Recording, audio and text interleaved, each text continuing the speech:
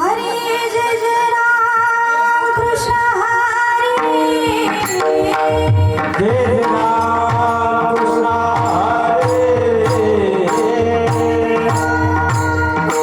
हरे जय राम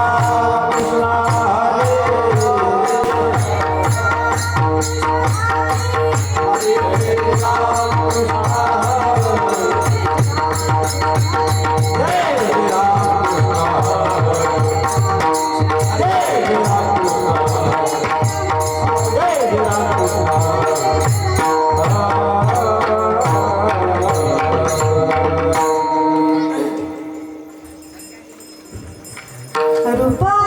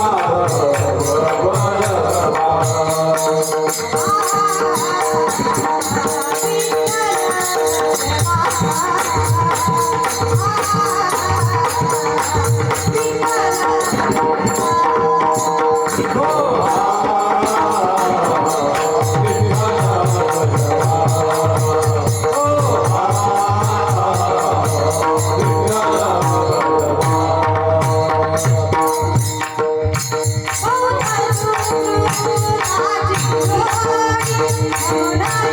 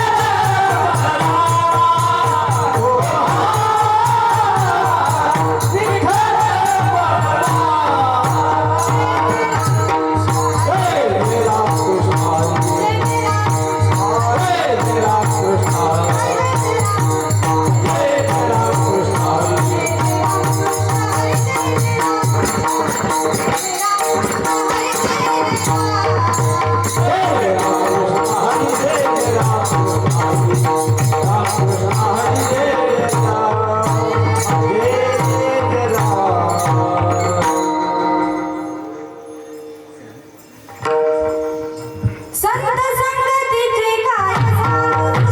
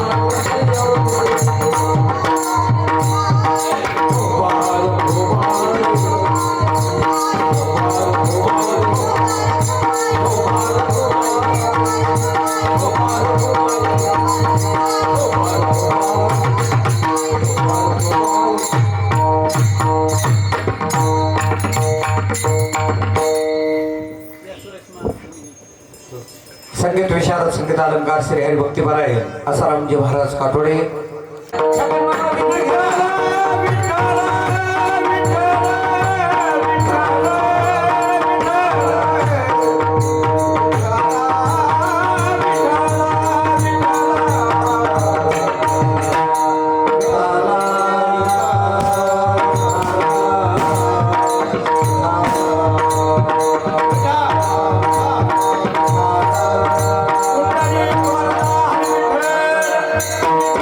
Hare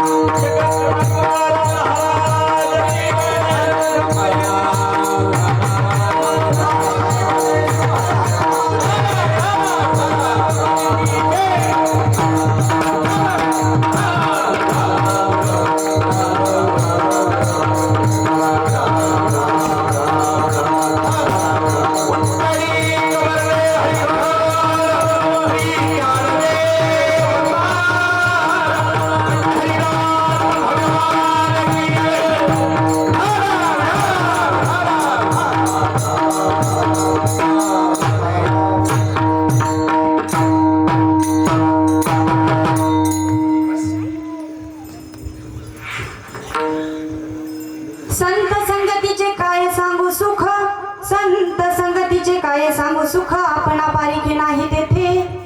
साधू थोर जाणा, साधू थोर जाणा, साधू थोर जाणा कलियुगी. इहा लोकी तुझी सर्वभूती सम, इहा लोकी तुझी सर्वभूती सम, शरीराचा भ्रम नेणे कदा. साधू थोर जाणा, साधू थोर जाणा, साधू थोर जाणा कलियुगी.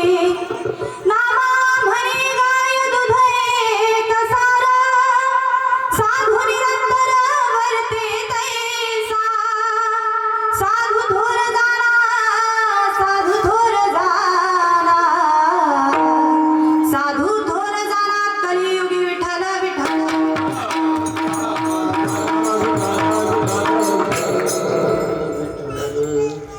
अधरं मधुरं वदनं मधुरं, वदनं मधुरं हसितं मधुरं, हृदयं मधुरं गमनं मधुरं, मधुराधिपतेरखिलं मधुरम्. जयति तेऽधिकं जन्मनाव्रज, श्रयत इन्दिरा शश्वतत्रयीं. जयत दृश्यता भिक्षुकावका, स्वैरुपास्तव स्वामी चिन्मते. महायोगपीठे तटे भीमरथं, वरं पुण्डरीकाय दातुं मुनिन्दे. समागत्य तिष्ठन्तमानन्दकन्दं, परब्रह्मलिङ्गं भजे पाण्डुरङ्गं.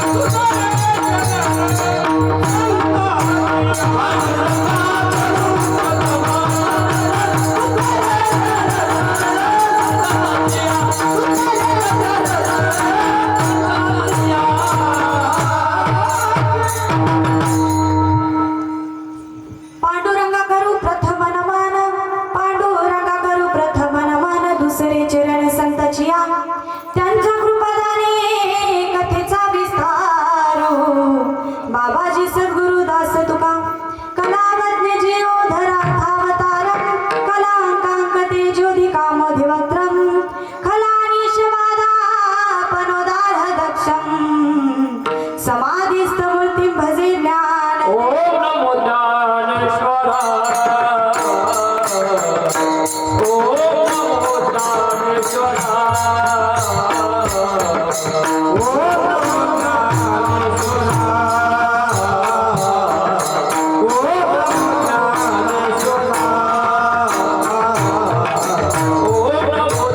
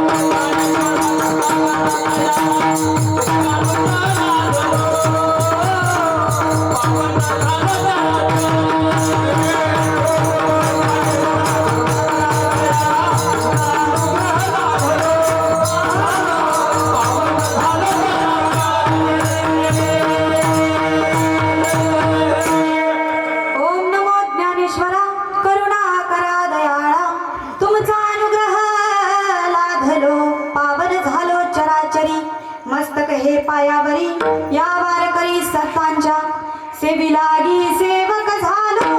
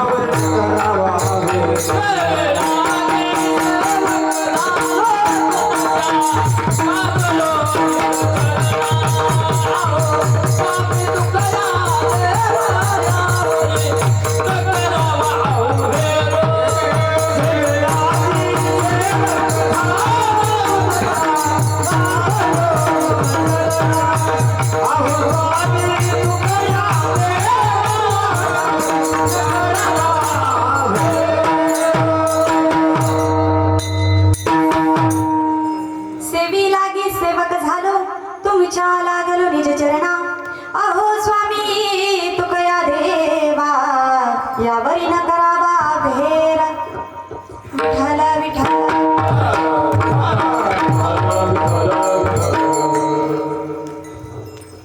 संत संगतीचे काय सांगू सुख संत संगतीचे काय सांगू सुख आपण पारिखे नाही तेथे साधू थोर जाना साधू थोर जाना साधू थोर जाना कलियुगी विठ्ठल विठ्ठल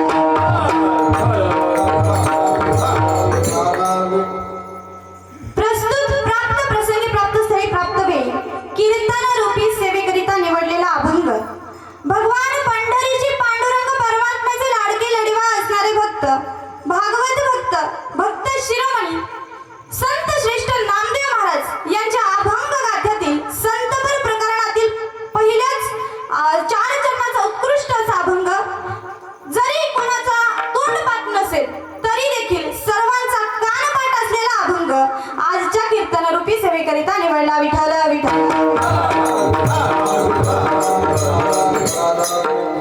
बघा या अभंगामध्ये संत नामदेव महाराज संतांच्या संगतीत प्राप्त झालेल्या सुखाचे वर्णन करतात नव्हे नव्हे तर या अभंगामध्ये संत नामदेव महाराज संतांच्या संगतीत प्राप्त झालेल्या सुखाचे वर्णन करत असताना संतांची काही अंतरंग लक्षणे या अभंगाच्या माध्यमातून सांगतात बघा या अभंगामध्ये संत नामदेव महाराज संतांच्या संगतीत प्राप्त झालेल्या सुखाचे वर्णन करत असताना संतांच्या संगतीत प्राप्त झालेले जे अलौकिक सुख आहे त्या सुखाचे वर्णन करतात विठ्ठल विठ्ठल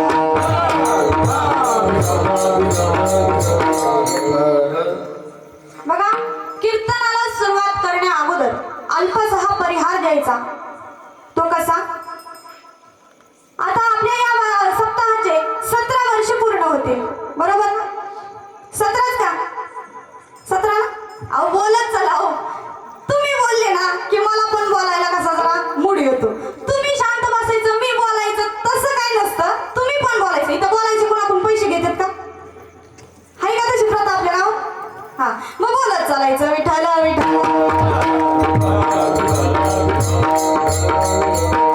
बघा भगवान पंढरीशी पांडुरंग परमात्म्याच्या कृपा आशीर्वादाने व साधू संतांच्या आशीर्वादाने पावन झालेली ही महाराष्ट्र भूमीमध्ये असणारं छोटंसं गाव गावामध्ये चालू असणारा हा भव्य दिव्य स्वरूपातील अखंड हरिनाम सप्ताह या सप्ताहाचे संपूर्ण कार्यकर्ते मंडळी सरपंच उपसरपंच आजी सरपंच माजी सरपंच पोलीस पाटील चेअरमन साहेब तसंच बाहेरगावहून आलेले पाहुणे मंडळी गायनाचार्य मृदंगाचार्य टाळकरी माळकरी बेवडे चिवडे व माझ्या आई बहिणी भालदार चौदार दर्दी गर्दी तुम्हा सर्वांच्या एकत्रित कारणाने या कार्यक्रमाला लाभलेले सौंदर्य विठ्ठल विठ्ठल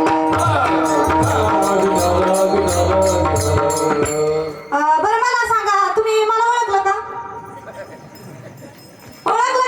महिला मंडळ ओळखलं का आता ओळखणार तरी कसं आहे माझा जन्म पुण्याला झालेला आहे हा लहानपणापासून मी कुठं वाढले पुण्याला वाढले आळंदीत शिक्षण घेतलं कीर्तनकार झाले ना आता कुठं इथं आले आता तुम्ही तरी कसं ओळखणार तुम्ही म्हणता बाई तुला पाहिलं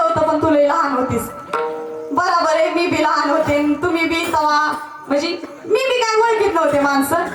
असो बघा, माझे आजोबा आश्रुबा केंदळे यांची मी नात व सीताराम केंदळे यांची मुलगी व आपल्या समस्त मालेगावकरांची मुलगी या नात्याने इथं उभी राहिली. विठ्ठल विठ्ठल.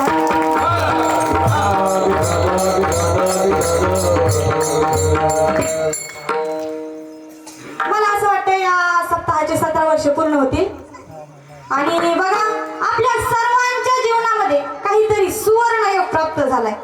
कारण काहीतरी मागच्या जन्मीचं पुण्य असल्याशिवाय हा असा योग प्राप्त होऊ शकत नाही. बघा एक वाक्य सांगते, लक्ष देऊन ऐका. जिंदगी में सपने तो हर कोई सजाता है. काय? जिंदगी में सपने तो हर कोई सजाता है, लेकिन भगवान हर किसी का सपना पूरा नहीं करते. उसी तरह इस धर्म मंडप में हर कोई आना चाहता है. काय? इस धर्म मंडप में हर कोई आना चाहता है, लेकिन आता तो वही है जिसे हमारे भगवान बुलाते हैं, जिसे हमारे भगवान बुलाते हैं.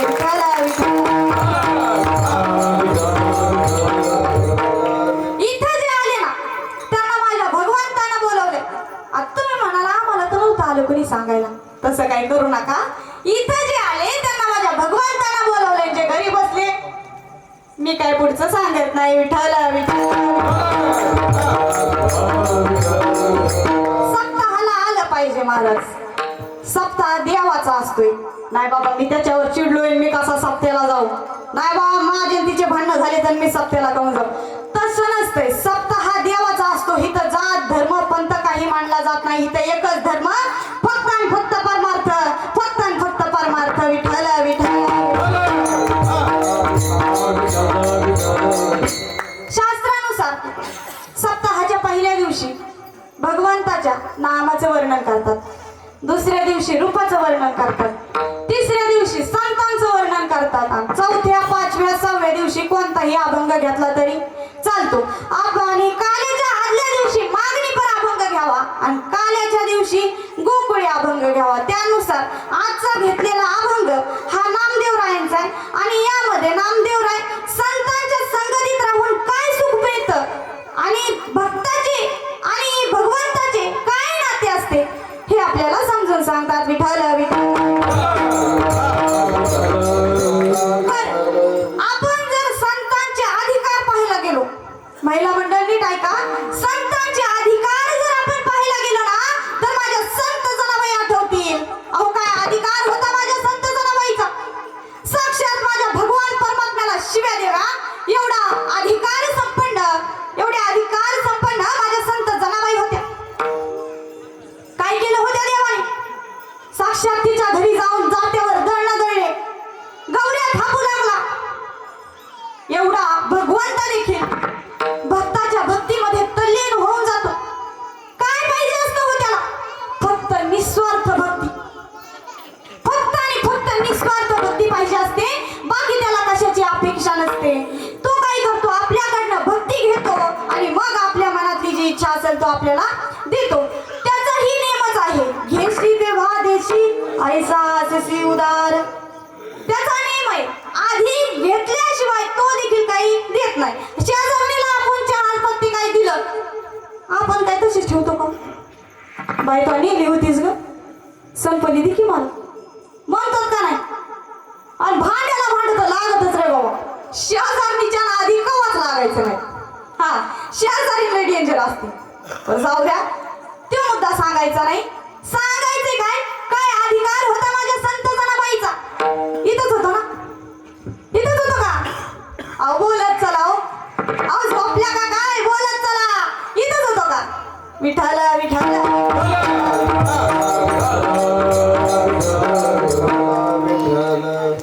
बघा आता देव संत जनाबाईकडे जायचे, रात्र रात्रभर तिच्या सोबत जात्यावर दळण दळायचे. पण हे मात्र माझ्या रुक्मिणी मातेला खटकलं बरं का. खटकलं रुक्मिणी मातेला आणि भांडू लागले माझ्या भगवान परमात्म्या संग. विठ्ठला विठ्ठला सांगा तुमचं आणि त्या जणीचं काय नातं आहे सांगा मला. काय म्हणू लागली बघा. कामाने दरवाजाला रुक्मिणीचे दोन्ही हात, कामाने दरवाजाला रुक्मिणीचे दोन्ही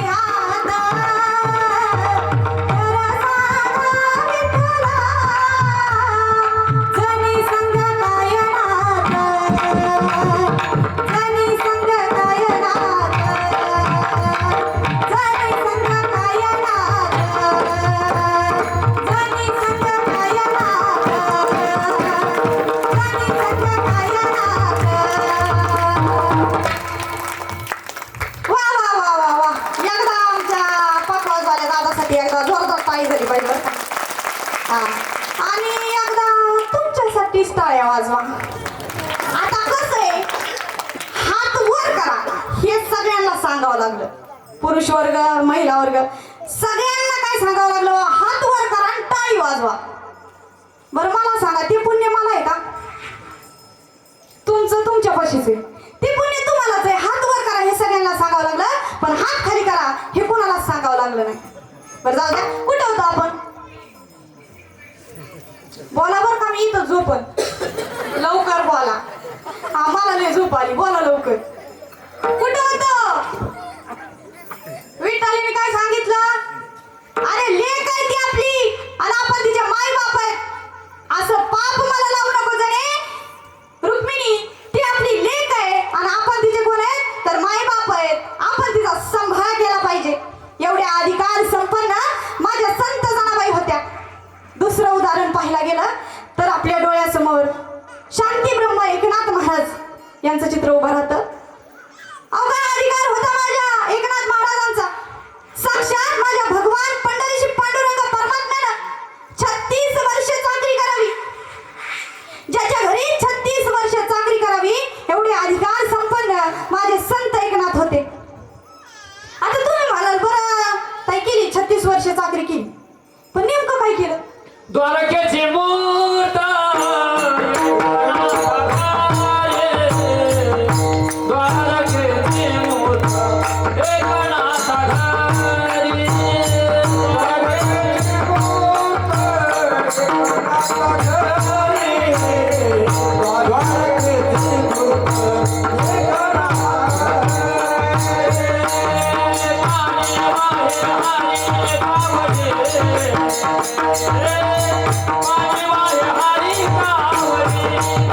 शांती आपल्या चित्तात निर्माण झाली पाहिजे. बघा कोणती शांती? तिकडे घरी जातात एखाद्या शांतारावाच्या बायला जाऊन पकडाल, परत ती देईन 2 कानाखाली, येतात माझ्याकडे भांडायला. तसं काही करू नका. शांती म्हणजे शांती आपल्या चित्तात निर्माण झाली पाहिजे आणि लक्षार्थ वाचार्थ कळायला पाहिजे. महाराज शांती म्हणजे शांताबाई नाही, लक्षार्थ वाचार्थ लक्षात घ्यायचा असतो. बघा आठवलं म्हणून सांगते, एकदा एका माणसाला विंचू चावला महाराज. फार वेदना होत होत्या. ते दवाखान्यात गेला आणि डॉक्टर साहेबांना म्हणाला, डॉक्टर साहेब मला विंचू चावला आणि फार वेदना होत आहेत, काहीतरी करा. डॉक्टरांनी त्याला एक इंजेक्शन दिले, एक बँडेज पट्टी दिली व सांगितले की जा जिथे तुला विंचू चावला तिथे ही बँडेज पट्टी चिकटून दे. आता हा शहाणा घरी आला आणि आपल्या बायकोला म्हणाला, काय म्हणाला? का ग बायको, अगं मला विंचू कोणी चावला? आत्याची बायको 150 होती. ती त्याला म्हणाली आतल्या भिंतीच्या उजव्या कोपऱ्यात. हा शहाणा तिथं गेला आणि आतल्या भिंतीच्या उजव्या कोपऱ्यात ती बँडेज पट्टी चिकटून दिली. म्हणजे लक्षार्थ वाचार्थ कळतच नाही. विठ्ठल विठ्ठल. बघा आठवलं म्हणून आणखी एक सांगते. एक माणूस फोन लावण्यासाठी STD वर गेला होता. तिथं असं लिहिलं होतं, नंबर डायल करण्याआधी 2 लावा.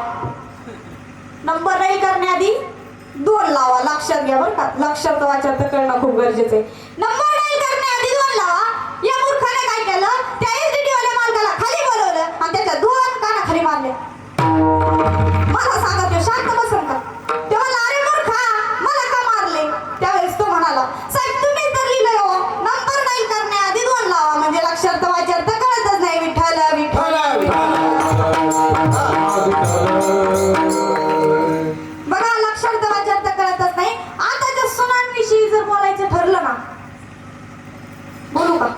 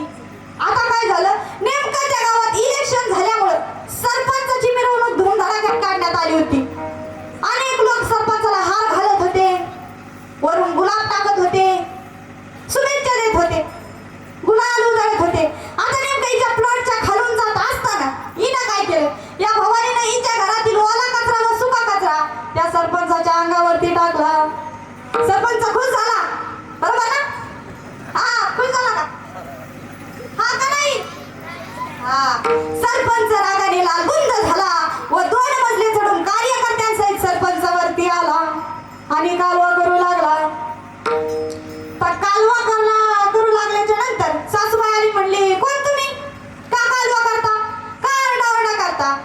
त्यावेळेस तो सरपंच म्हणाला, अहो बघा ना, लोक माझा सत्कार करतात, मला हार घालतात, गुलाब टाकतात, शुभेच्छा देतात, आणि तुमच्या सुनबाईने माझ्या अंगावरती कचरा टाकला.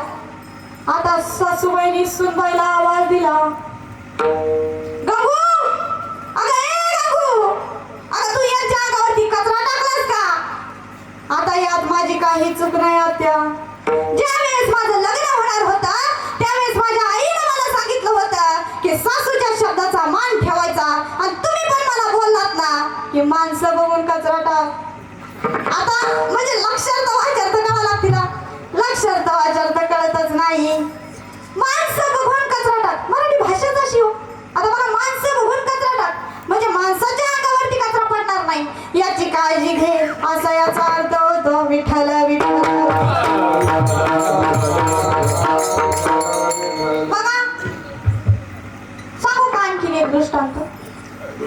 बघा, एक मुलगी आता तिला पाहुणे बघायला आले तेव्हा सासूबाईंनी सर्व काही स्वयंपाक केला, पण पापड भाजायचे लक्षात राहिले नाही.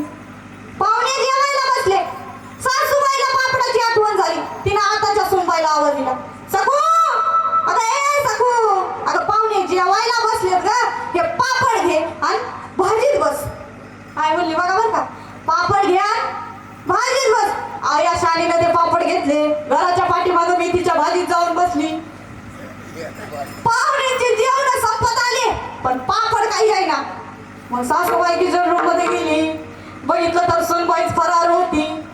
सासूबाईने आवाज दिला, अगं सखू, अगं तू कोठे आहेस? सुनबाईने घराच्या मागून आवाज दिला, अहो आत्या मी इकडे आहे, घराच्या पाठीमागं. अगं काय करते तिकडे? तुम्ही तर बोललात की पापड घ्या आणि भाजीत बस. बराच टाइम झाला मी भाजीतच बसले, पापड कुठे गेले हेच माहित नाही. म्हणजे लक्षात वाचार्थ कळतच नाही. विठ्ठल विठ्ठल.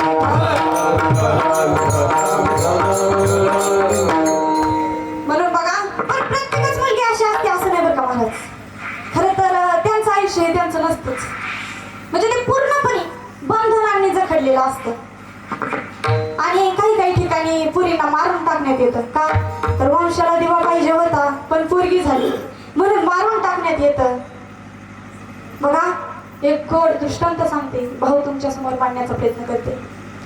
एखाद्या बापाला जर 3 मुली असतील ना महाराज, ऐका, एखाद्या बापाला जर 3 मुली असतील तर शेवटची 3री मुलगी झाली की बाप बघायला जात नाही महाराज. का? कारण 3री सुद्धा मुलाची अपेक्षा होती पण मुलगी झाली म्हणून बाप नाराज होतो, बाप बघायला जात नाही. कुठपर्यंत सांगू, ज्या वेळेला 4था मुलगा होतो त्या वेळेला बाप म्हणतो, ही तर माझी लक्ष्मी आहे आणि हिच्या पाठी मला मुलगा झाला. आणि मग बापाचा जीव जळतो महाराज. का? का तरी माझी पोरगी आहे, ही माझी लक्ष्मी आहे आणि हिच्या पाठीवर मला मुलगा झालाय. बापाचा जीव जळतो. 2 मुलींची लग्न होतात, 2 मुलींची लग्न होतात, पण 3ऱ्या मुलीचं लग्न हे ढांगाढुंगात करायचं. बायको म्हणते, अहो सांभाळून कोण गय. अगं जाऊ दे ग, माझ्या लक्ष्मीच्या नशिबानं मला काय कमी. चांगल्या घराण्यात पोरीचं लग्न जमवलं, चोरी जमवली. लग्नाचा प्रसंग जवळ आला, ब्राह्मण काकांच्या मुखातून मंगलाष्टिका बाहेर पडली. तळ हाताचा पाळणा, दोन्ही डोळ्याचा आईना, डबीतील कस्तुरी जशी वागवली मैना, लाडाची ही लेकबाई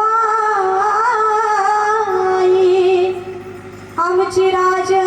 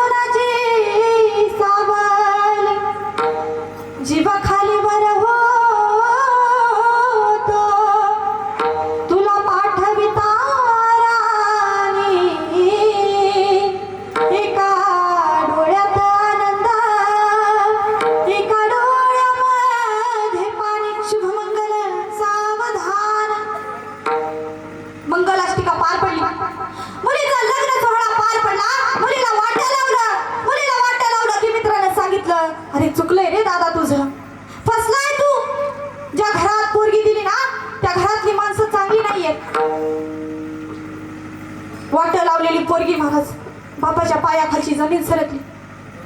अरे तिचं वाटोळ, तिचंच तर मला चांगलं करायचं होतं आणि तिचं वाटोळ होतंय. हो म्हटलं. 2-4 महिने लग्नाला झाले. 2-4 महिने लग्नाला झाले. मित्र फोन करतो, अरे मी तुला बोललो होतो ना रे, त्या घरात पोरगी देऊ नको. खूप हाल होतात तुझ्या मुलीचे. नाही, माझी पोरगी मला हे का सांगत नाही? तू थांब जरा, मी फोन करतो. फोन लावतो महाराज. दिदू, काय ग बाळ, बरी आहे ना तू? ती हसते. खूप छान घर शोधलंय बाबा तुम्ही मला. खूप लाड आहे माझ्या घरामध्ये. तुम्हाला का माझी काळजी वाटते? अगं माझा मित्र हा तुझ्या गावात राहतोय आणि त्याने मला सांगितलं की तू चुकीच्या घरात पोरगी दिली. हाल होत आहेत तुझ्या मुलीचे. नाही बाबा, हे खूप प्रेम करतात माझ्यावर. सगळी माणसं मला समजून घेतात. बाबा तुम्ही नका ना काळजी करू. तुम्ही म्हणता ना हो मी तुमची लाडूबाई आहे. तुम्ही म्हणता ना हो मी तुमची इज्जत आहे. तुम्ही म्हणता ना हो मी तुमची लक्ष्मी आहे. तुम्ही म्हणता ना हो मी तुमचा स्वाभिमान आहे. तर जीव जाईल बाबा, पण स्वाभिमान नाही विकणार बाबा. काळजी करू नका बाबा, काळजी करू नका. पुन्हा 2 दिवसाला मित्र फोन करतो.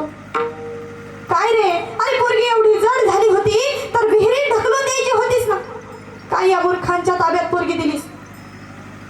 बाप म्हणतो नाही, तू खोटं बोलतोय. माझी मुलगी माझ्याशी खोटं बोलणार नाही. नाही रे, खानदानी पोरगी आहे तुझी. किती त्रास झाला ना तर तुला कधी बोलणार नाहीये, लक्षात घे. सावध केलं महाराज मित्रांनो. बापानं ठरवलं पुरीचं काय चाललंय हे बघण्याकरता आपण तिच्या घरी जायचं, न सांगता जायचं. वस्तीवर घरे, घरातले सासू सासरे सगळे बाहेर गेले. बापानं पुरीचं काय चाललंय हे बघण्याकरिता गाडी साईडला लावली. दारापर्यंत नाही नेली महाराज. साईडला गाडी लावली. बाप त्या साईडला उभा आहे गाडीच्या. चालत चालत चालत ओट्यावर जाऊन उभा राहिला. दरवाजा अर्धा लोटलेला होता. दरवाजा लोटलेला होता. कान दिला, आवाज आला महाराज, कोणीतरी पुरीला शिव्या देतो. म्हणून बारीक ऐकलं तर जावई मुलीला शिव्या देत होता. अगं तुझ्या बापानं तुला हेच शिकवलंय का? तुझ्या आईनं तुला हेच शिकवलंय का? पोरगी म्हणत होती, अहो मला बोललात ना तरी चालेल, पण माझ्या बाबाला बोलू नका.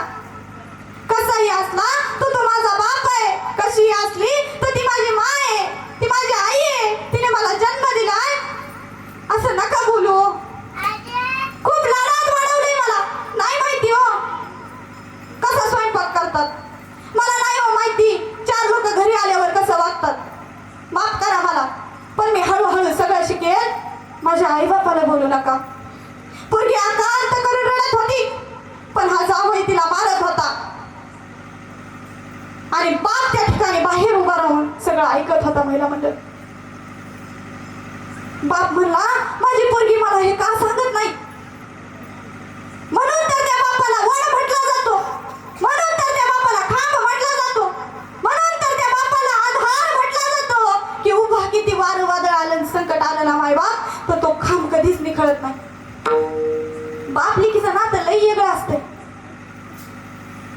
बाप जर कुठं बाहेर गेला ना तर पोरगी काय म्हणते बघा बरं का फोन करून. 7 समंदर पार से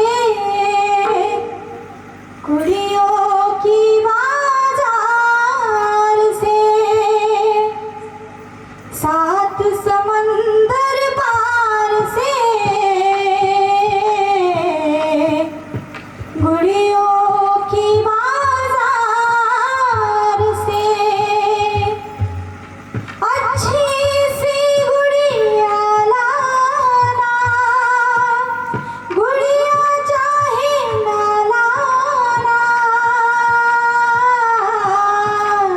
पप्पा जल्दी आ जाना, पप्पा जल्दी आ जाना, पप्पा जल्दी आ जाना, पप्पा जल्दी आ जाना.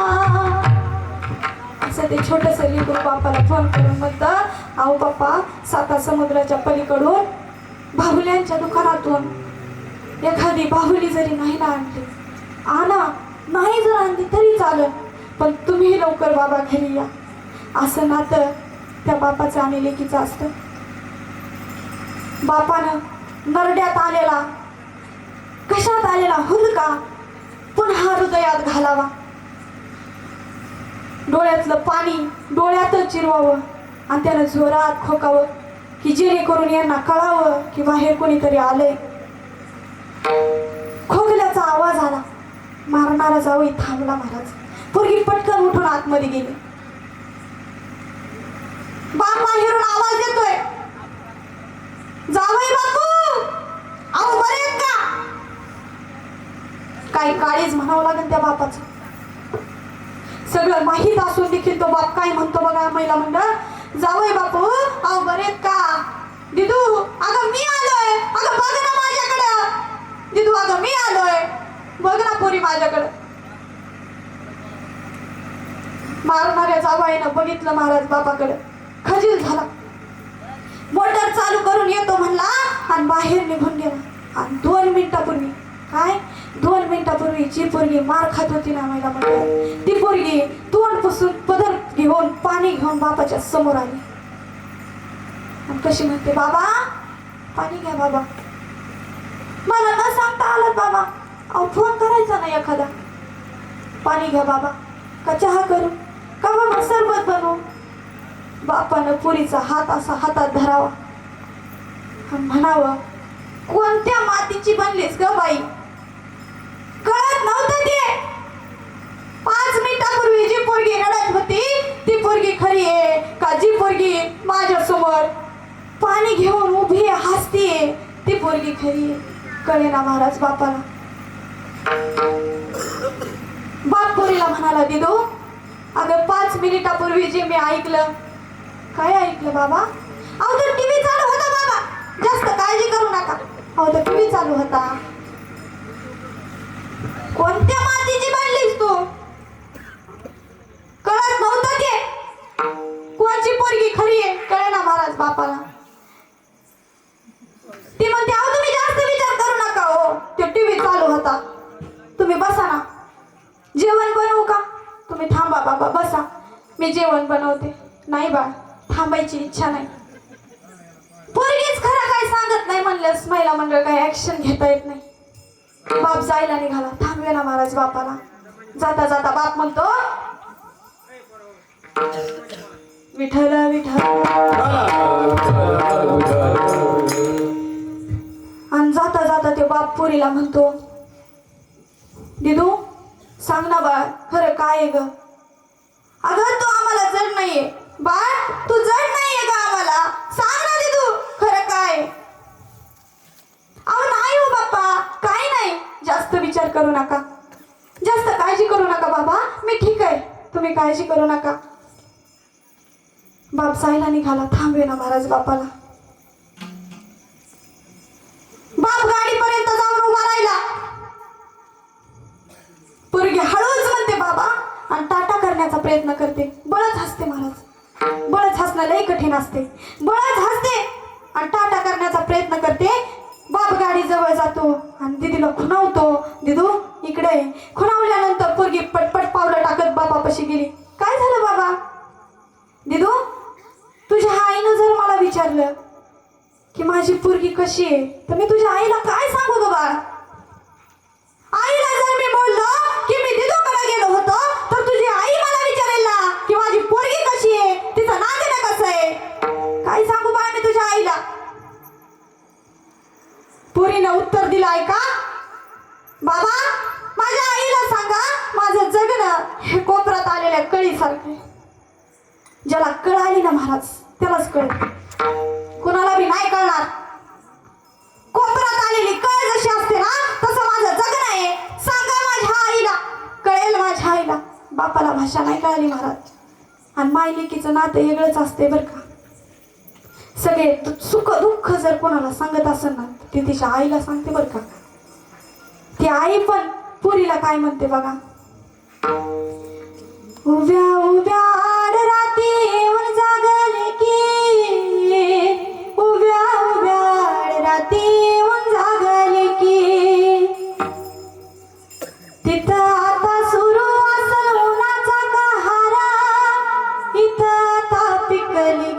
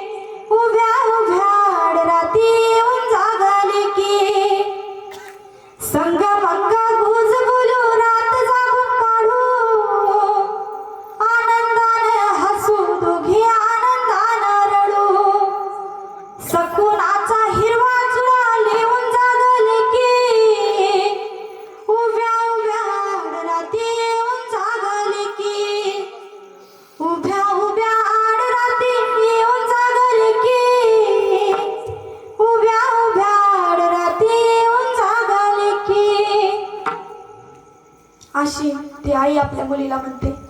बापाला भाषा नाही कळाली महाराज.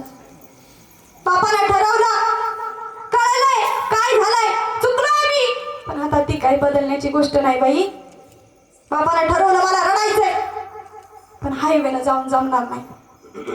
लोकांनी जर पाहिलं ना मला रडताना तर लोक म्हणतील अहो गड्या एवढा गडी आहे आणि रडतोय, काय झालं या. नाही, आता मला मधल्या रस्त्यानं जायचंय. बाप त्या गाडीवर, त्या स्कूटरवर बसला. महिला मंडळ मळ्यापर्यंत गाडी जाते. तहान लागली, कारण मुलीचा आवाज कानात बसलेला होता. एका विहिरीजवळ गाडी थांबते. विहिरीला पायऱ्या आहेत. महिला मंडळ पायऱ्यांना तो बाप खाली उतरतो आणि पोटातली आग विझवण्याकरता पटपट तोंडावर पाणी मारतो आणि पोटभर पाणी पितो. आणि पुन्हा वर येत असताना त्याच्या डोक्यातल्या गणगणीमुळं त्याचा हात, त्याचा कोपर त्या कठाड्याला, त्या भिंतीला असा दंदिशी आदळतो. जसा त्याचा हात, त्याचा कोपर त्या भिंतीला आदळला, तसं पायाच्या नखापासून डोक्याच्या केसापर्यंत घाम आला महाराज. मुंग्या आल्या डोक्याला. आणि मग त्याला कळालं पोरीचं जगणं कसं आहे. पोरगी बोलायला कळालं महाराज त्याला, कारण त्याला रडताही येत नव्हतं, आरडताही येत नव्हतं आणि कुणाला सांगताही येत नव्हतं. आणि मग त्याला पोरीचं बोलणं कळालं की बाबा माझं जगणं हे कोपऱ्यात आलेल्या कळीसारखं आहे, की जे कुणाला सांगताही येत नाही आणि जे त्या ठिकाणी हृदयातही ठेवता येत नाही. हे जगणं एका खानदानी बाईचं असतं महाराज.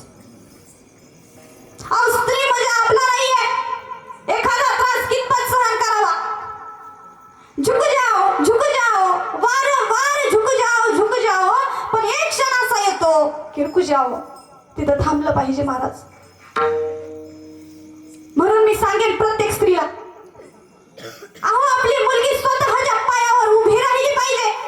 ती दुसऱ्याच्या जीवावर नाही जगली पाहिजे. स्त्री जन्माचं स्वागत करा. मुलगी पोटात आहे ना, तिचा घात करू नका. छोटंसं लेकरू ज्या वेळेला तुम्ही घात करायला जाताना महाराज, त्यावेळेला ते त्याच्या आईला काय म्हणतं, अगं आई, अगं तू सुद्धा एक स्त्री आहेस ना गं आई, तू हे जग बघितलं नाही, मलाही त्या ठिकाणी जग बघायचंय ग, मलाही त्या ठिकाणी जग बघायचंय. आणि ते लेकरू आईला काय म्हणतं बघा, सांग ना आई मला कोण वाचवला, सांग ना आई मला कोण वाचवला, तुझ्या विना जन्मासे मला कोण घालणार, तुझ्या विना जन्मासे मला कोण घालणार. विठ्ठल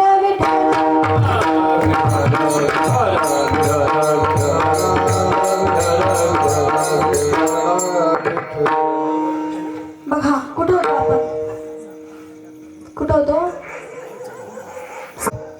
अभंगाकडे वळूया. कितीही मध्ये फेऱ्या मारल्या तरी स्टॉपला येऊन थांबायचं, स्टॉपला येऊन थांबायचं. बरं बघा, भक्तांवर माझ्या भगवान परमात्म्याचं किती प्रेम असतं, किती प्रेम असतं. अहो किती प्रेम होतं भगवंताचं माझ्या नामदेवरायावर. एकदा माऊली ज्ञानेश्वर महाराज भगवान पंढरपूरच्या पांडुरंगाकडे आले आणि म्हणाले, भगवंता मला संपूर्ण जगाच्या तीर्थयात्रा करायच्या. काय म्हणले, भगवंता मला संपूर्ण जगाच्या तीर्थयात्रा करायच्या, परंतु त्यासाठी मला तुमचा लाडका भक्त नामदेवराय सोबत पाहिजे.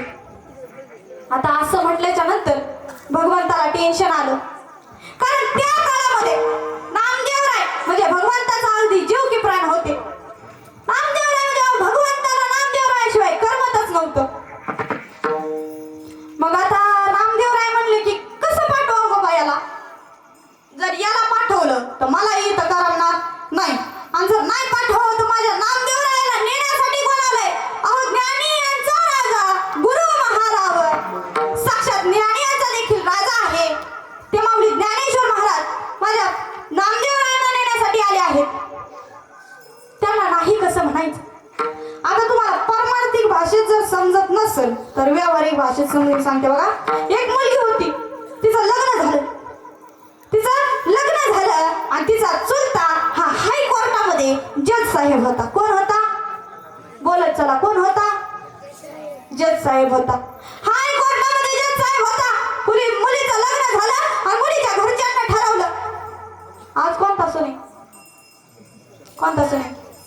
हा, जरा महिला मंडळांचा बी आवाज येऊ दे बरं का. हे चिडीपिडी बोलते. सण आज महिला मंडळांचा होता, आवाज जरा येऊ दे. संक्रांतीच्या सणासाठी आपल्या सुनेला माहेरी पाठवायचं नाही असं कोणाचं ठरलं?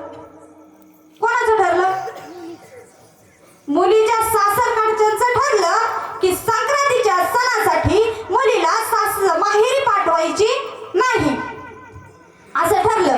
आता हे हायकोर्टामध्ये जज साहेब होते का, ते त्या मुलीच्या घरी आले. आता हे हायकोर्टामधले जज साहेब म्हणजे ते एवढे कडक होते की त्याला कुणीही कुठेही बघू द्या, वाकून नमस्कार केल्याशिवाय माणूस राहतच नव्हता. आणि ते हायकोर्टामधले तसे जज साहेब यांच्या घरी आले. घरी आल्याच्या नंतर यांना टेन्शन आलं की बाबा एवढ्या मोठ्या हायकोर्टामधले जज साहेब आणि आपल्या घरी यांचं काय काम निघालं. मग त्यांनी विचारण्याचं धाडस केलं.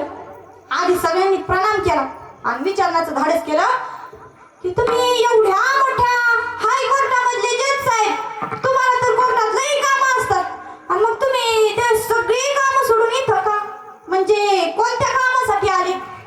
त्यावेळेस ते हायकोर्टामधले जज साहेब म्हणाले, अहो आज कोणता सण आहे? संक्रांतीचा सण आहे आणि मी माझ्या मुलीला म्हणजेच माझ्या पुतणीला घरी न्यायला आलोय. असं बोलल्याच्या नंतर ते कोण होते? हायकोर्टामधले जज साहेब होते. त्यांच्या समोर यांचं काय चाललं नाही, यांचं डोकं बंद पडलं. हे का म्हणले मग चालतं मग घेऊन जा. आधी काय ठरलं होतं? काय होतं? पाठवायचं नाही. परंतु नेण्यासाठी कोण आले होते? हायकोर्टामधले जज साहेब. यांना पाठवावं लागलं का नाही? हे म्हणले चालतंय बाई, जा तू माहेरी जाऊन ये. तसंच माझ्या भगवान परमात्म्याला नामदेवरायांना पाठवायचं नव्हतं, परंतु नेण्यासाठी कोण आला होता? तर साक्षात ज्ञानी यांचा राजा गुरु महाराज, साक्षात ज्ञानी यांचा देखील राजा असे माऊली ज्ञानेश्वर महाराज माझ्या नामदेवरायांना नेण्याकरिता आले होते. मग भगवंताचं पण ठरलं होतं, पण भगवंत देखील नंतर काय म्हणला, चालतंय तुम्ही त्याला घेऊन जा. घेऊन जा म्हटल्याच्या नंतर आता माऊली ज्ञानेश्वर महाराज परत गेले. दुसऱ्या दिवशी माऊली ज्ञानेश्वर महाराज त्या ठिकाणी आल्याच्या नंतर सर्व तयारी झाल्याच्या नंतर माझ्या माऊली ज्ञानेश्वर महाराजांना आणि नामदेवरायांना माझा भगवान परमात्मा सोडवण्याकरिता गेला. कुठपर्यंत गेला? वाळवंटापर्यंत गेला. कशाच्या वाळवंटापर्यंत गेला? कशाच्या? चंद्रभागेच्या वाळवंटापर्यंत सोडवण्याकरिता माझा भगवान परमात्मा आणि रुक्मिणी माता सोडवण्याकरिता गेल्या. त्यांना तिथपर्यंत सोडवलं. माझा भगवान परमात्मा परत आला आणि माझ्या भगवान परमात्मा अक्षरशः रडू लागला. त्याच्या डोळ्यात ना अश्रुधारा वाहू लागल्या. अंतर्गाभाऱ्यामध्ये गेला आणि मनालाच म्हणू लागला, अरे नामा मला तुझ्याशिवाय करमत नाही रे नामा, मला तुझ्याशिवाय करमत नाही. त्यावेळी आता ह्या इकडं नामदेवरायांच्या आणि ज्ञानेश्वर महाराजांच्या तीर्थयात्रा करून झाल्या आणि ते परत निघाले. परत आल्याच्या नंतर माझ्या भगवान परमात्म्याला पाहिलं, अरे माझा नामा कित्येक वर्षात तू परत आलाय, आता आपण विटीवरनं खाली उतरावं, त्याला जोरदार आलिंगन द्यावं, त्याला घट्ट मिठी मारावी. असं कोणाला वाटलं? माझ्या भगवान परमात्म्याला वाटलं. आणि माझा भगवान परमात्मा विटेवरून खाली उतरला. तोच नामदेवरायांच्या मुखामधून शब्द निघाले, देवा थांबा देवा, आता खाली उतरण्याची इकडे येण्याची काही गरज नाही देवा. अहो तुम्हाला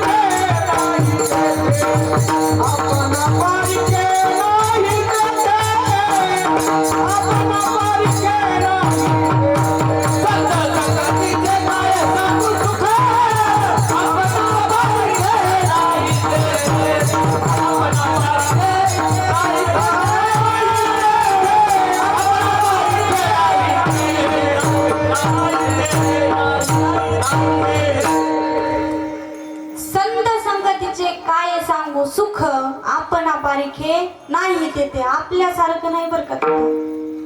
माझ्या भगवंताचं नामदेवरायांचं नातं हे तुम्हासारखं नाही. आपलं नातं कसं असतं महाराज, गोड बोलला की इतका गोड बोलायचा, इतका गोड बोलायचा की त्याला पार झाडावर चढवायचा, उगाच फुगून द्यायचं.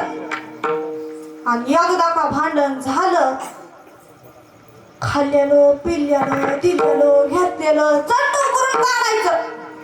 हा आपलं सांगण्यासारखं नाही.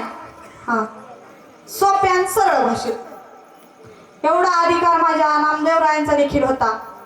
आणि या कलियुगामध्ये नामस्मरणाला देखील फार महत्व आहे. आणि नामस्मरण करणारे भक्त माझ्या देवाला आवडतात. नामस्मरणाच्या जोरावर देवाला वाकावंच लागतं.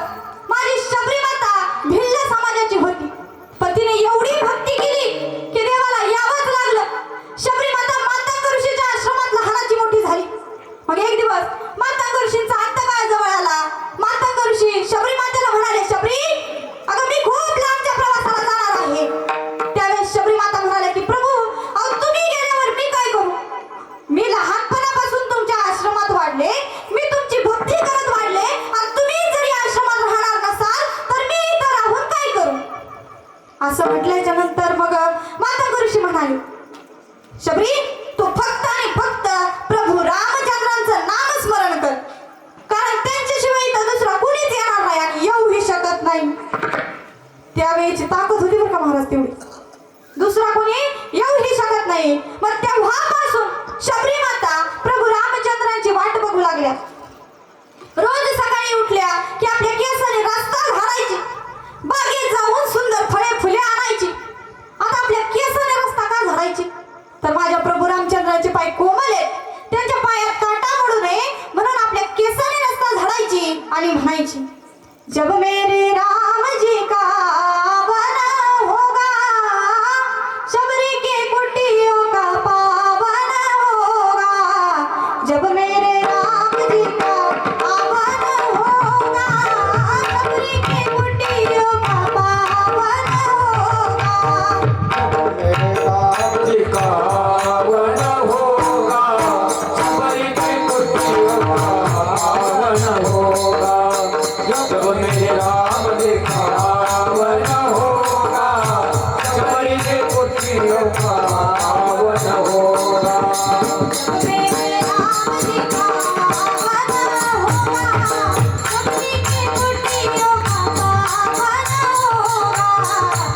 आवन होगा, शबरी के कुटियों का पावन होगा.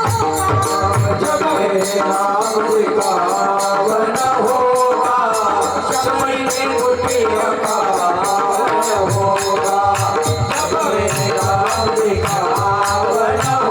होगा, शबरी के कुटियों का पावन होगा.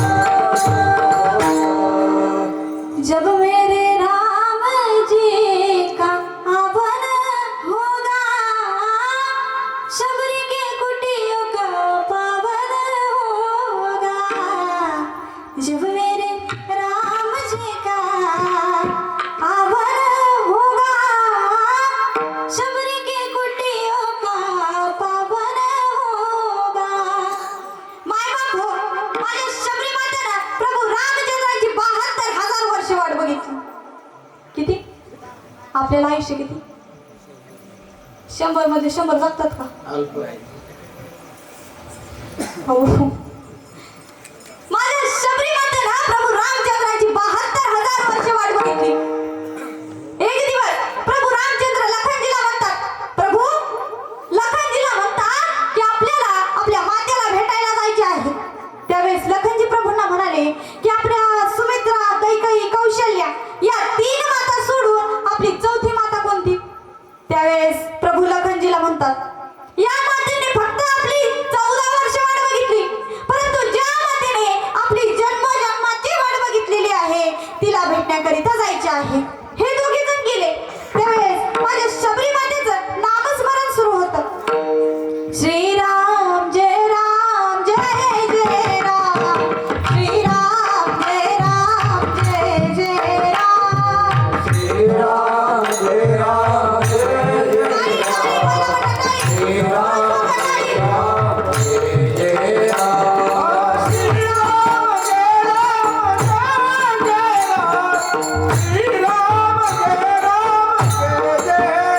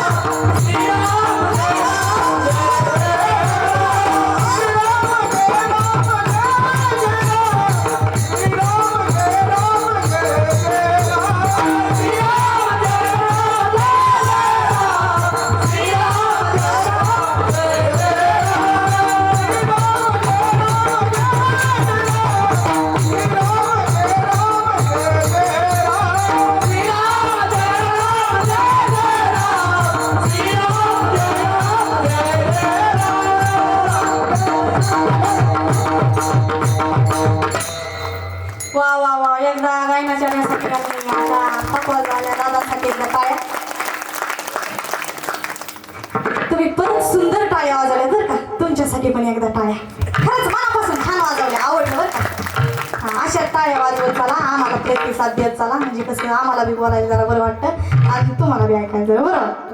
विठ्ठल विठ्ठल विठ्ठल. शबरी मातेचं नामस्मरण सुरू होतं. इथंच होतं ना पॉइंट आला का? आला का डोक्यात? अहो, आला का झोपल्या? हा शबरी मातेचं नामस्मरण सुरू होतं. देव जवळ आले पण शबरी भानावर नव्हती.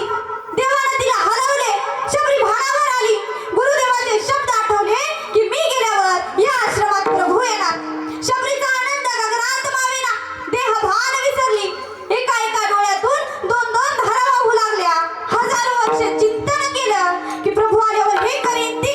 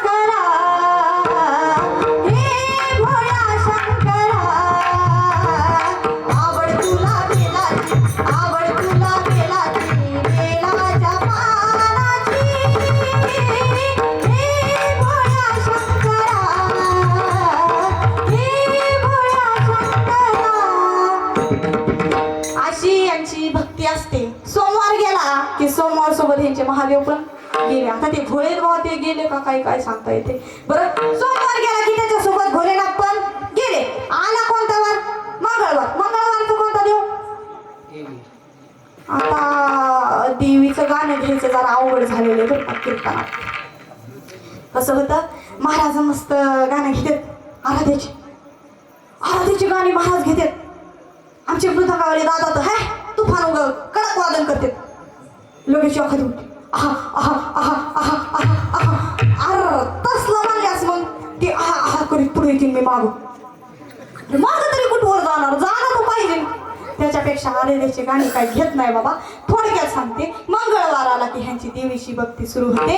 अनादि निर्गुण प्रगटली भावाने मोठा मनशाची गर्जना लागी विविध भावाची करावया झाल्याने भक्ता लागी तू पावसी निर्माणी आईचा जोगवा मागे आईचा जोगवा मागे.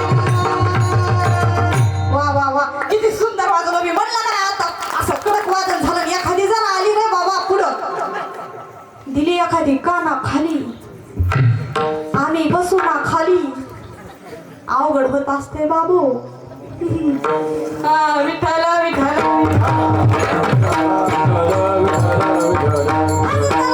हसत जाणार. हसायला तर कोणी काय पैसे घेते का? आपले सप्ताह कमिटी घेतात का पैसे? नाही ना. हा कसं आहे माहिती का, हसत चला. हसल्याने माणसाचं मन हे प्रसन्न होतं, उल्हासित होतं आणि नवीन कार्य करण्यासाठी उत्तेजित होतं. हसल्याने मन हलकं होतं. माणसाच्या मागचा ताण दुःख क्षणभर का होईना परंतु नाहीसं होतं.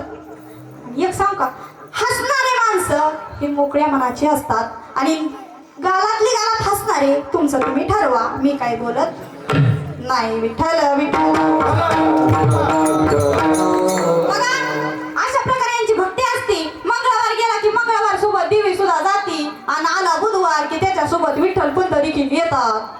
आले विठ्ठल आले की यांचा सुरू होता कानडा राजा पंढरीचा. कानडा राजा पंढरीचा. कानडा राजा पंढरीचा. वेदानाही नाही कळला, वेदानाही नाही कळला अंत मारयाचा.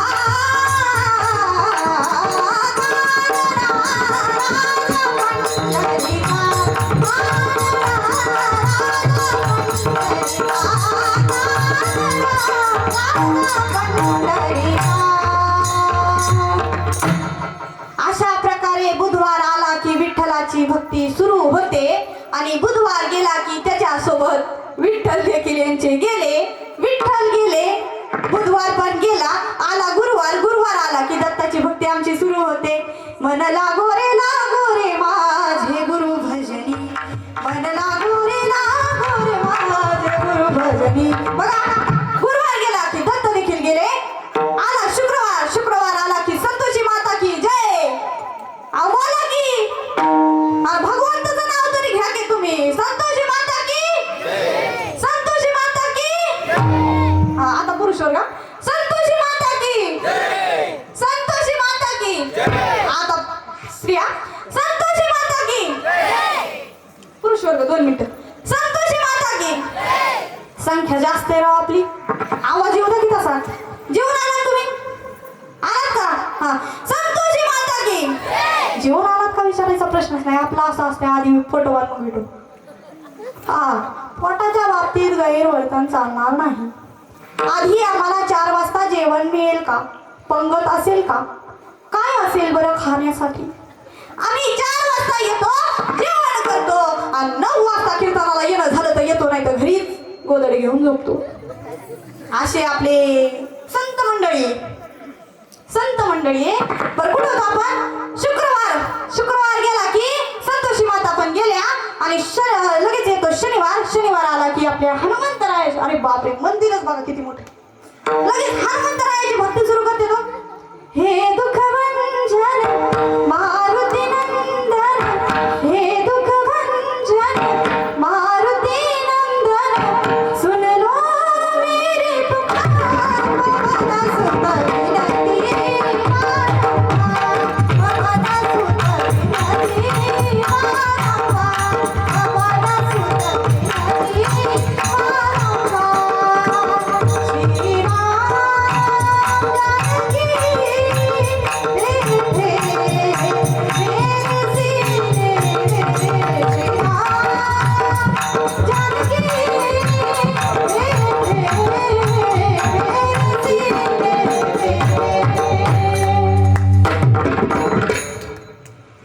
आता मला सांगा कोण बसलेले हनुमंतरायांच्या हृदयामध्ये कोण बसलेले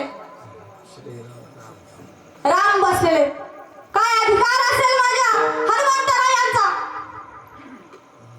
काय अधिकार असेल बरं पॉइंट तो नाही गेला शनिवार की त्याच्यासोबत हनुमंतराया देखील गेले आला रविवार की खंडोबा येळकोट पुरुष वर्ग येळकोट वा वा काय आवाज आहे महिला मंडळ आपली संख्या जास्त आहे हो येळकोट हा असा जरा आवाज आला की कसं बरं असं उगं तरतरीची दिवा येळकोट हा आली खंडोबा असा कसा हा देव वेडा झाला पहा कशी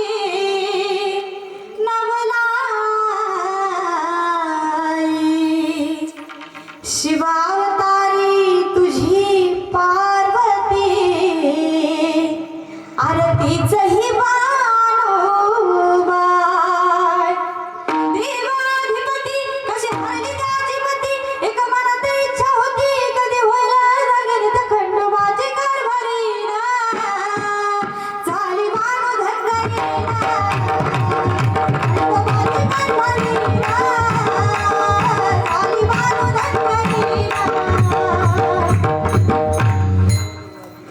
झाला रविवार गेला की मग गेले का खंडोबा म्हणजे एवढं मोठं प्रमाण घेतलं लगेच घालवले मी बाबा गेले ना काय बोलतात हा म्हणून बरं जाऊ द्या गेले तर गेले काय उगं त्याच्यावरून भांडत बसण्यात काय अर्थ नाही आपला टाइम होत आलाय हा गेले खंडोबा देखील गेले रविवार सोबत पुन्हा आला सोमवार की पुन्हा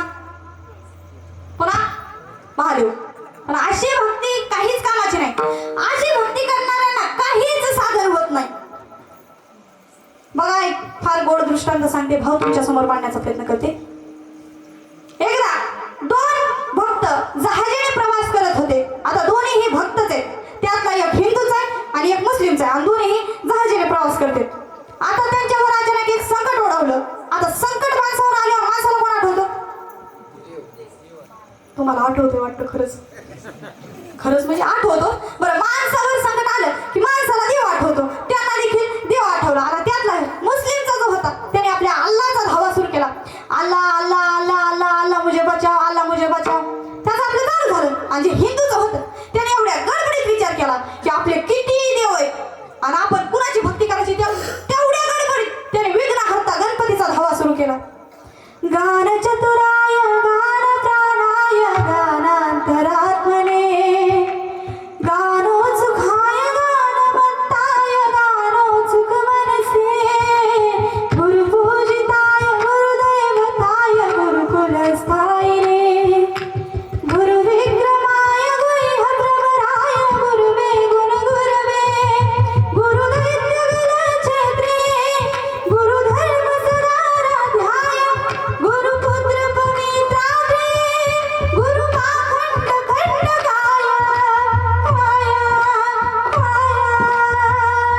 अशा प्रकारे गणपतीचा धावा सुरू केला आणि गणपती बाप्पा निघाले मग गणपती बाप्पा आता विघ्न हलायचं हे त्यांचं कामच आहे म्हणल्यास निघाले आपला भक्त बुडतोय आपल्याला जावं लागणार गणपती बाप्पा निघाले तेवढ्या त्या पठ्ठ्यानं मंत्रच बंद केला यानं विचार केला त्याला त्याची गिरी सांभाळता येईना आणि तो मला कवा सांभाळायचा मला कवा वाचवायचा त्यानं मंत्र बंद केला आणि तो म्हणला ह्याच्यापेक्षा त्याचा बाप बरा आता मला सांगा गणपती बाप्पाचे पप्पा कोण महादेव हा बरोबर पटकन सांगितलं गणपती बाप्पाचे पप्पा महादेव मग ह्याने गणपती बाप्पाच्या पप्पाचा धावा सुरू केला ओम नमः शिवाय ओम नमः शिवाय ओम नमः शिवाय तर ते तर भोळे शंकर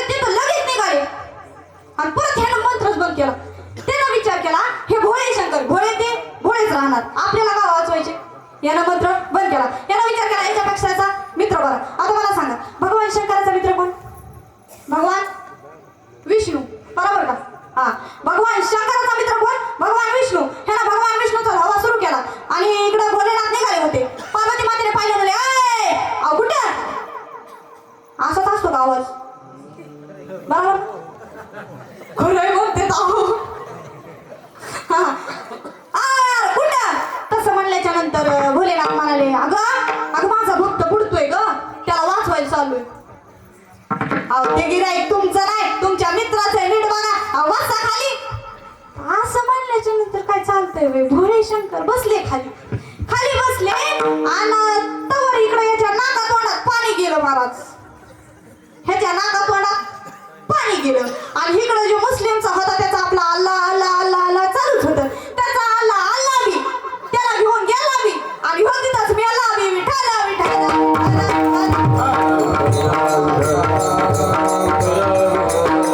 मला सांगायचं एवढंच की एकतत्व नामाच्या साधनाला द्वैताची बाधा मानत नाही महाराज. आणि हे जे अशी भक्ती करतात ना, वार बदलले की भक्ती बदलतात, त्यांना काहीच साधन होत नाही. भक्ती करायची तर कशी करायची? माझ्या तुकोबारायांनी केली तशी भक्ती करायची. अहो अन्न अन्न करिता 14 माणसं मेली माझ्या तुकोबारायांच्या घरची, तरी देवाचं भजन बंद केलं नाही. आणि ही गोष्ट कुणीतरी रामेश्वर शास्त्रींना जाऊन सांगितली. का हो रामेश्वर शास्त्री? तो तुकाराम बघा स्वतःला खूप शहाणा समजतो. कीर्तन काय करतो, भजन काय करतो, लोक त्याच्या पाया काय पडतात. अहो तुम्ही असताना हे योग्य नाही. आता असं म्हटल्याच्या नंतर रामेश्वर शास्त्री शांत बसले असतील का? बसले असतील का? तुम्ही बसलात, तुम्ही शांत बसलात, मी बी शांत बसू का? अहो रामेश्वर शास्त्रीचा चेहरा रागाने लालबुंद झाला. धडधड तुकोबारायांच्या घरी गेले. कुठं आहे तू तुकाराम? तुकोबारायांच्या घरचे म्हणाले, का हो शास्त्री, काही काम होतं का? नाही नाही, कुठे गेला? तुकोबारायांच्या घरचे म्हणाले, अहो ते आत्ताच शौचास गेले. कोणत्या दिशेने गेला? ह्या दिशेने गेले. रामेश्वर शास्त्री देखील त्या दिशेने गेले आणि कुठून तरी आवाज येत होता, पांडुरंग हरी पांडुरंग हरी. रामेश्वर शास्त्रींनी ते पाहिलं आणि रागावून म्हणाले, अरे रे तुकिया, एवढ्या घाणीत देवाचं नाव घेतोस का रे? तुला काहीच कसं वाटत नाही? त्यावेळेस तुकोबाराय म्हणाले, माझी माझा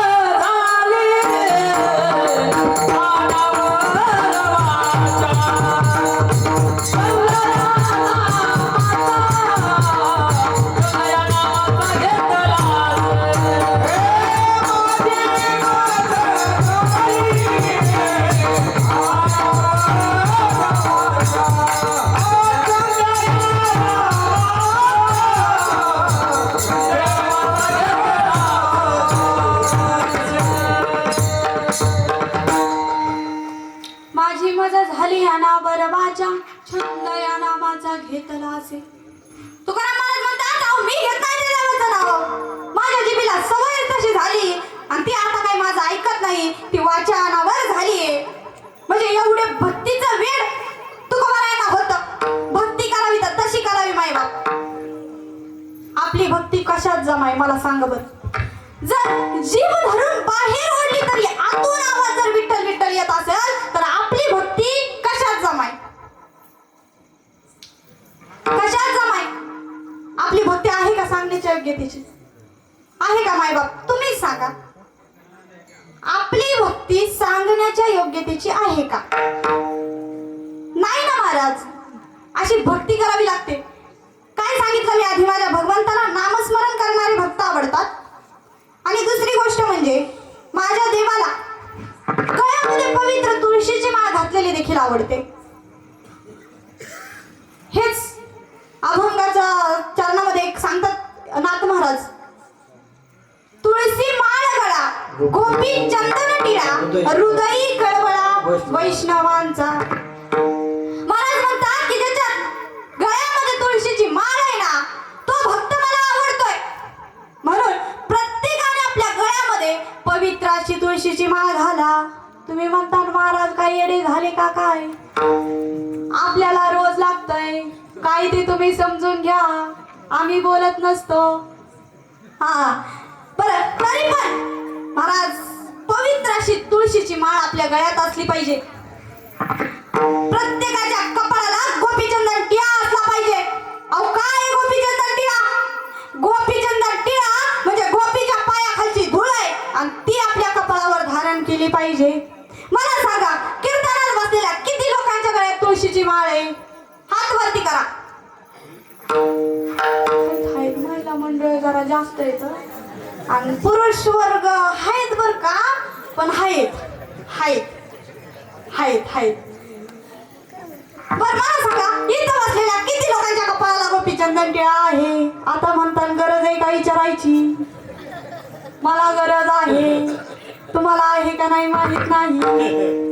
बरं, किती लोकांच्या कपाळाला गोपीचंदन टिळा आहे? अहो गोपीचंदन टिळा लावलेला एक व्यापारिक फायदा होतो. फायदा म्हणल्यास लगेच ऐकतात का? हा, गोपीचंदन टिळा लावल्याने एक व्यापारिक फायदा होतो. तो तुम्हाला काही मिनिटात सांगते. त्या अगोदर आपण भगवंताचं भजन करू. सर्वांनी एकदा हात वरती घ्या. महिला मंडळ, पुरुष वर्ग सगळ्यांनी हात वरती घ्या. विठोबा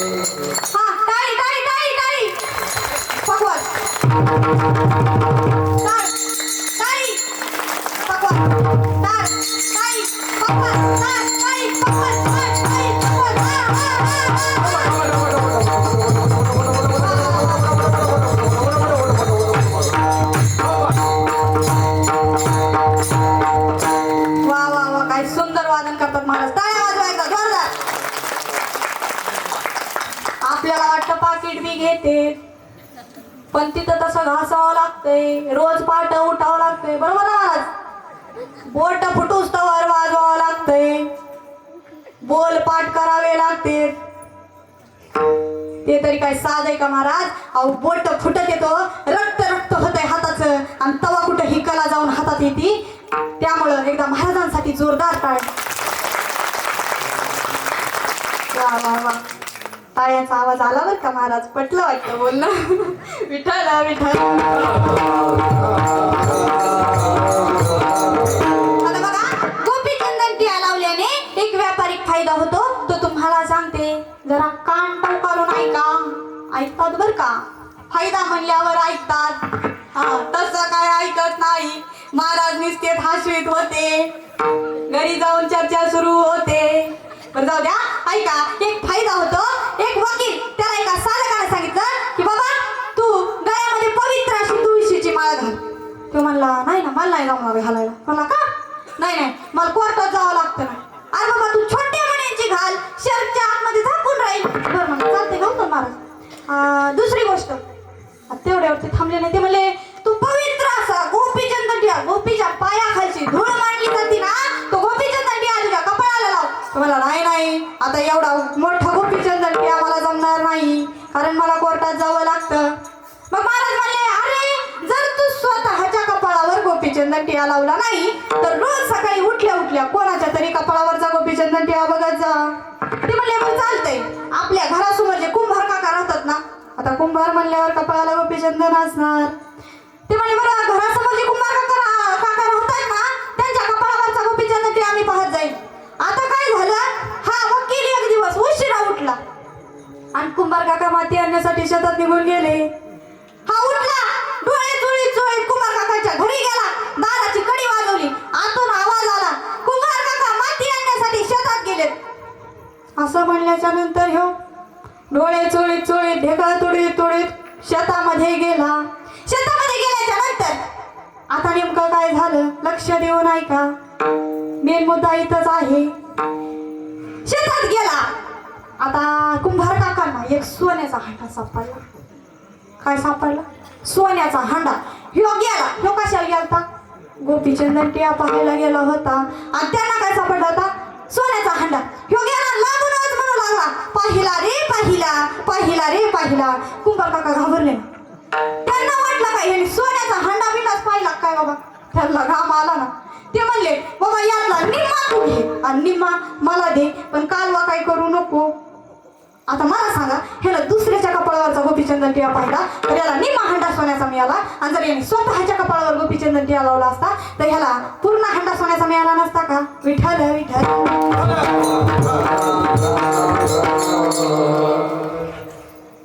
म्हणजे एवढं जर संतांनी सांगितलेलं ऐकलं नाही बाप तर आपल्या जीवनाचं कल्याण झाल्याशिवाय राहणार नाही. अगदी साधू उदार म्हणायचे ते फक्त आपल्याला भगवंताकडे जाण्याचा मार्ग सांगतात. कधीच कोणाकडनं कशाचीच अपेक्षा नसते. एका कवितेमध्ये तर संतांची योग्यता ही झाडासोबत केली की ते किती शांत असतात तर त्यांना कुणी मारा त्यांच्यावर प्रहार करा किंवा त्यांना बोला त्यांना काहीही फरक नाही पडत.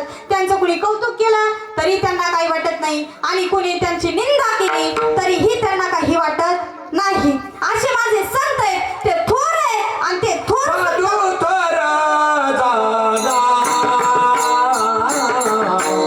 साधू थोर जाना साधू थोर जाना ओ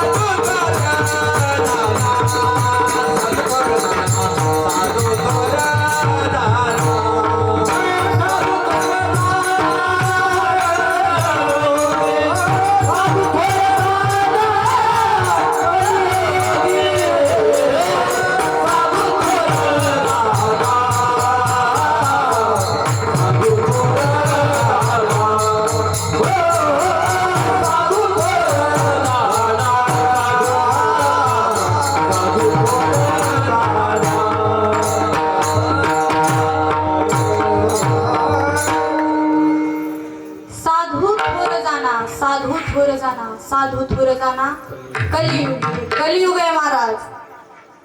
या कलियुगामध्ये आपल्याला जर तारून नेण्याचं काम जर कोणी करत असेल ना तर फक्त आणि फक्त संत करतात. म्हणून संतांची संगती केली पाहिजे. आणि मला सांगा आपल्या वारकरी संप्रदायाची सुरुवात कुठून झाली. कोणापासून झाली.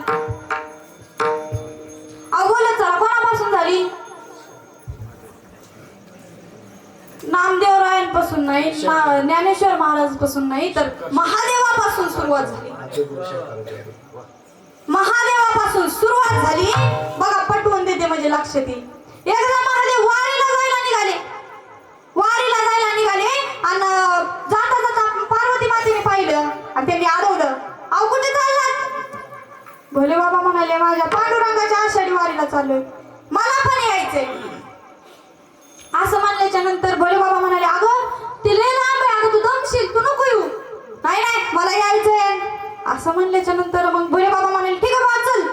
पार्वती मातेने सर्व आवरावर केली आणि निघाले दोघं जण वारीला जायला निघाले. तेवढ्यात आतून आवाज आला बाबा थांबा मला पण यायचंय. आता हा कोण मोठ्या पोटाचा लांब नाकाचा तो गणेश गणपती गजानन म्हणाला बाबा मला पण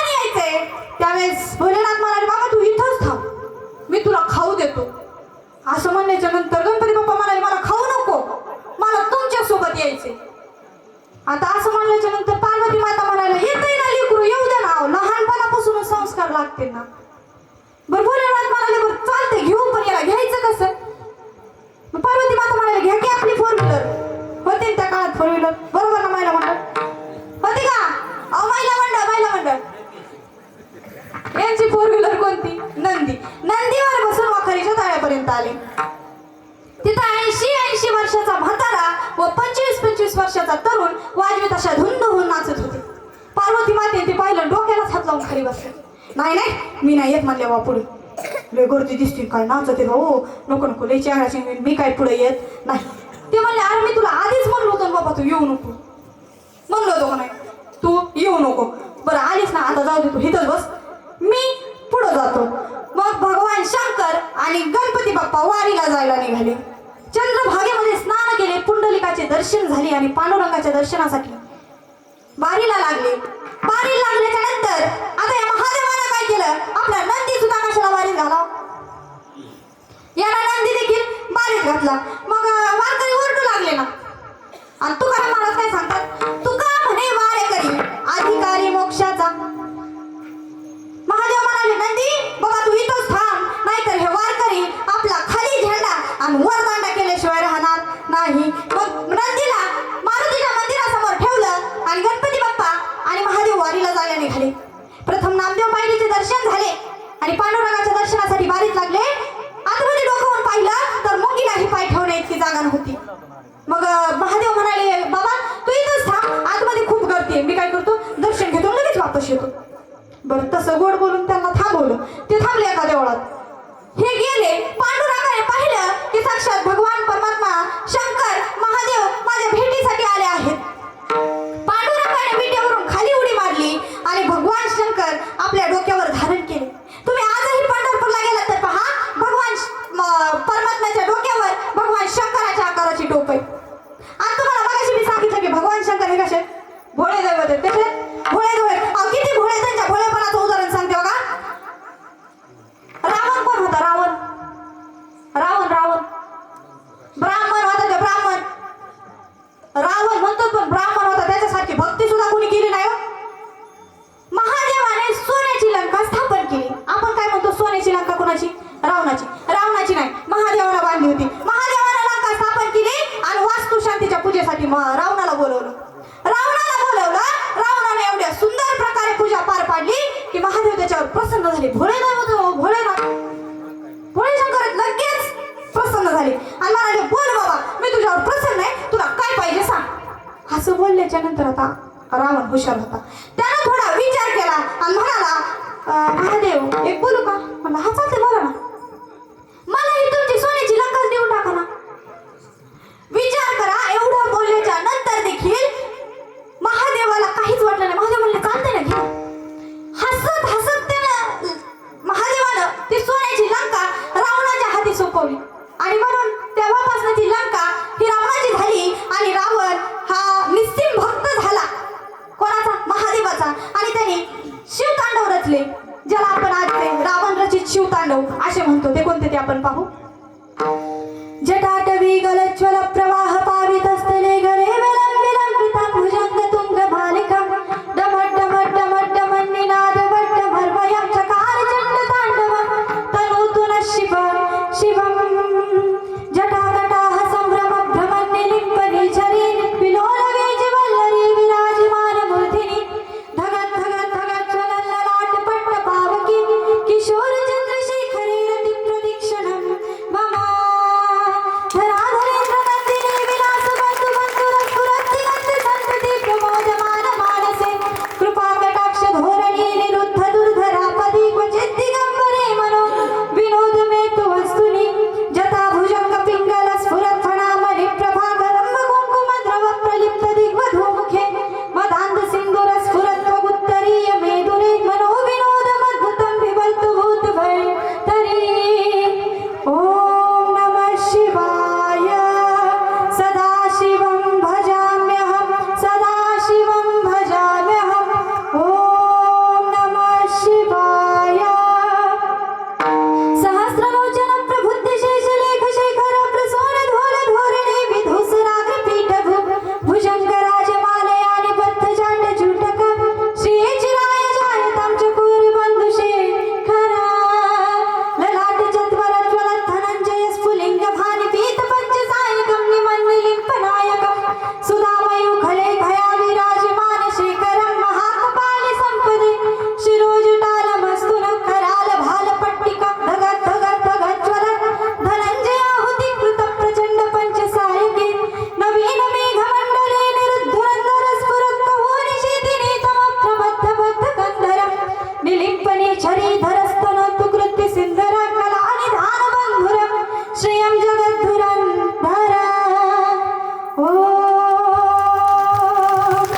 प्रफुल्ल नील पंकज प्रपंच काली भक्प्रभावलंबी कंठकंदली रुचि प्रबंध गंधरम निलिंपनी चरीधर स्तनोत्कृत्य सिंधुर कलानिधान बंधुर श्रियं जगत्तुरंधरा अखर्व सर्व मंगला कला कदंब मज्जरीर सप्रवाह माधुरी विजुंभरा मधुवतम स्मरांतकं पुरांतकं भवांतकं मघांतकं गजांतकांतकांतकं तमांतकांतकं भजे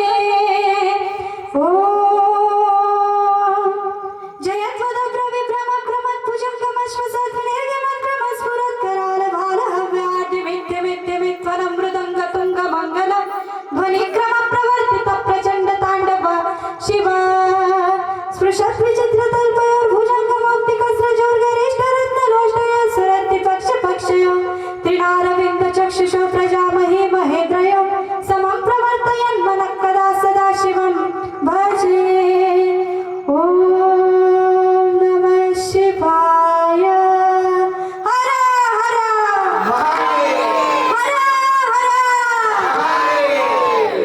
खूप छान तुम्ही बसून माझं कीर्तन श्रवण केले एकदा तुमच्यासाठी पण टाळ्या होऊन जाऊ द्या आपल्या कीर्तनाची नियोजित वेळ ही संपलेली आहे आणि वर आपलं कीर्तन चाललेलं आहे त्यासाठी सर्वांची माफी मागते तरी देखील एवढा वेळ होऊन देखील थोडी सुद्धा हालचाल न करता तुम्ही शांतपणे माझं कीर्तन ऐकलं ना त्याबद्दल तुमचं मनपूर्वक आभार खरंच तुमचं धन्यवाद मनापासून आभार तुमच्यासाठी एकदा जोरदार टाळ्या वाजवा बरं ऐका कीर्तनाची नियोजित वेळ ही संपलेली आहे तुम्हाला देखील झोपायचं आहे आम्हाला देखील जायचं आहे बघा आपला हा अखंड हरिनाम सप्ताह रामकथा व ग्रंथराज ज्ञानेश्वरी पारायण सोहळा अखंड हरिनाम सप्ताह वर्ष 17वे आणि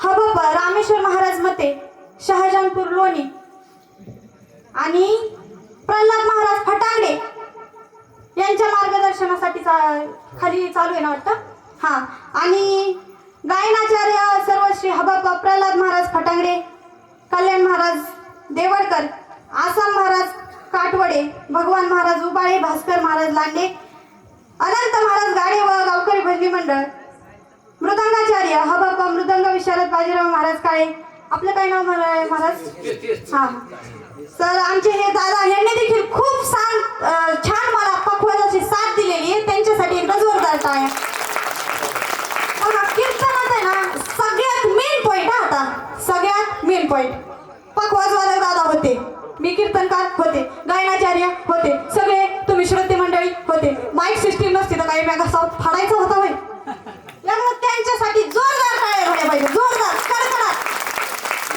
हा हे सुद्धा ही त्यांची लक्ष्मी महाराज हे चालवणं सुद्धा सोपं नाही आज तेवढ्या वायरी जोडलेल्या आहेत कोणची वायर कोणच्या मायकाची कोण खुणवतोय कोणत्या ह्याला बटनाला हात लावायचा एवढा अभ्यास त्यांचा सुद्धा असतोय एकदा त्यांच्यासाठी टाळे होऊन जाईल आणि बघा आता माझं वय तुम्हाला सांगायचं झालं ना तर मी आता 16 वर्षाची मी 10वीत शिकते आणि त्या माझ्या अल्पबुद्धीनुसार मला सगळ्यांची नावं घेणं काही शक्य नाही ज्यांचे नावं घेतले ते देव आणि ज्यांचे नाही घेतले ते महादेव तुम्ही म्हणता महाराज आम्ही देव आणि ते महादेव तसंच असते महाराज तुमचे नाव घेतले त्यांचे घेतले नाही ते महादेव झालेली सेवा माझ्या गुरुजनांच्या चरणी आई वडिलांच्या चरणी हनुमंत रायाच्या चरणी समर्पित करते तुम्हा सर्व समस्त ग्रामस्थ मालेगावकरांच्या चरणी अर्पित करते आणि सेवेला पूर्ण विराम देते ज्ञानेश्वर